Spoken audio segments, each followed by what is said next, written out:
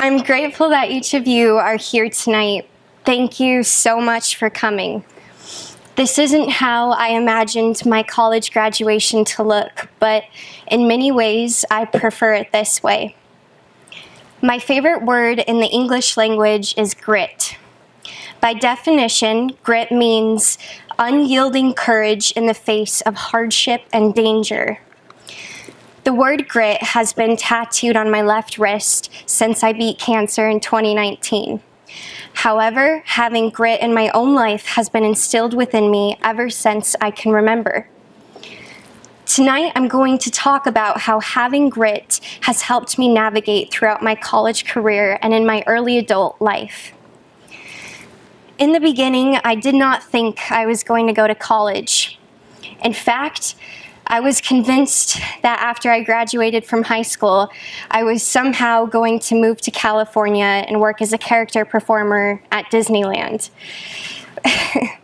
Well, that obviously didn't happen, but what did happen was I checked into a mental health facility for just under a month to address my recent diagnosis of bipolar disorder. This was a very hard time for me.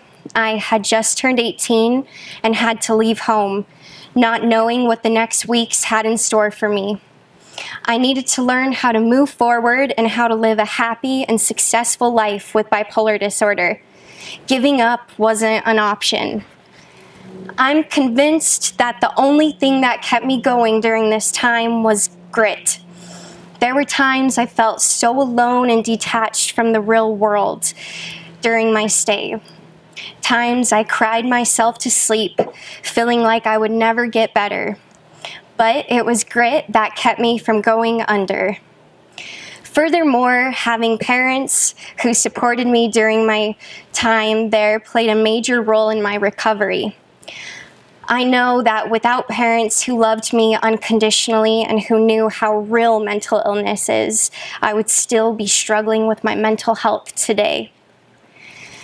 After I returned home from this treatment facility, was properly medicated and taking care of my mental health, I decided to attend Northern Arizona University studying creative media and film.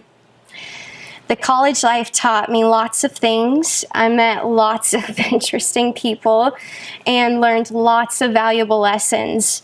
I worked on several film projects and received feedback from professors who I really admired.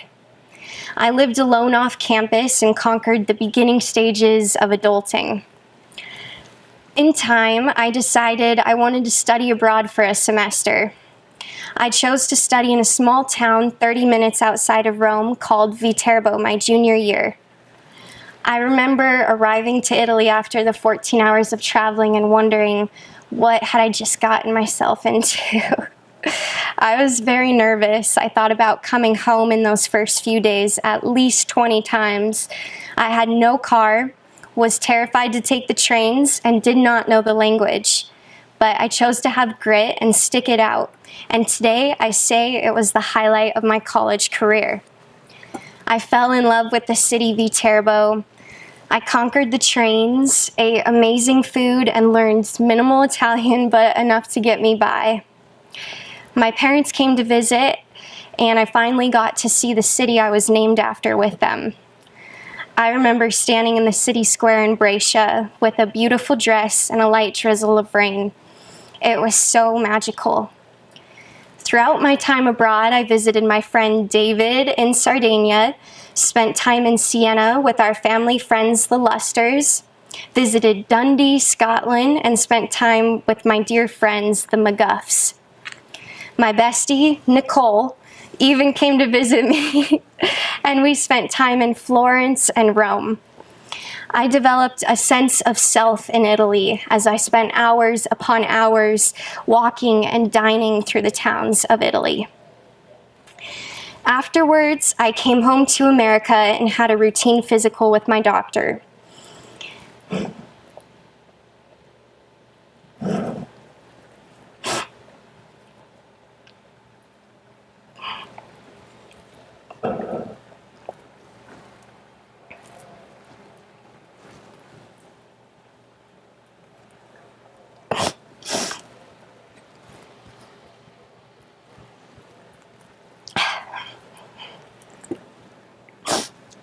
As many of you know,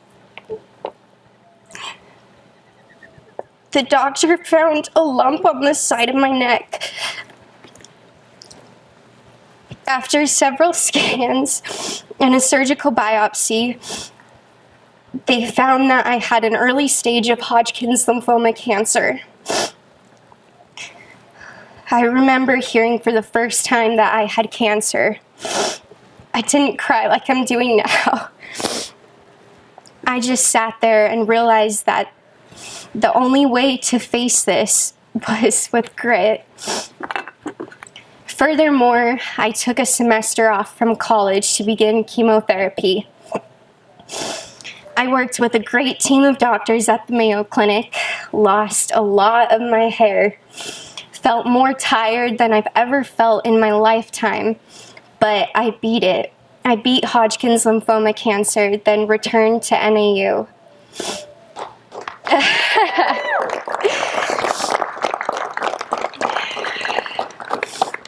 Marcus and Jensen said I was gonna cry, and they were right, so.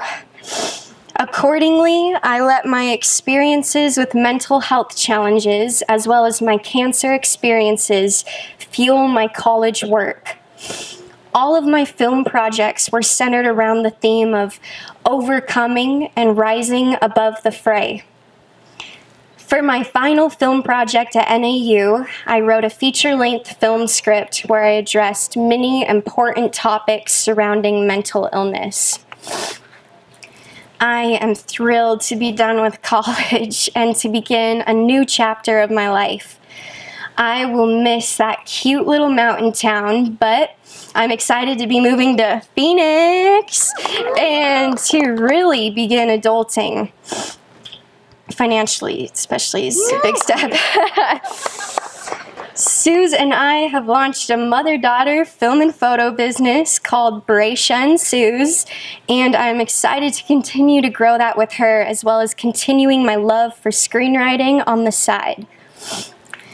I'd like to leave you with a quote from Angela Duckworth, who wrote a book that my dad introduced me to when I was younger called Grit, The Power of Passion and Perseverance. Duckworth is a psychologist and scientist who believes that the secret to outstanding achievement in this life is not talent, but rather grit. Duckworth states, "When I get knocked down, I'll get back up. I may not be the smartest person in the room, but I'll strive to be the grittiest." Grit is the key to where I've been and where I'm headed. I will forever be grateful for the challenges I've faced in my early life, as they have taught me the importance of having grit. Here's to a life full of true grit.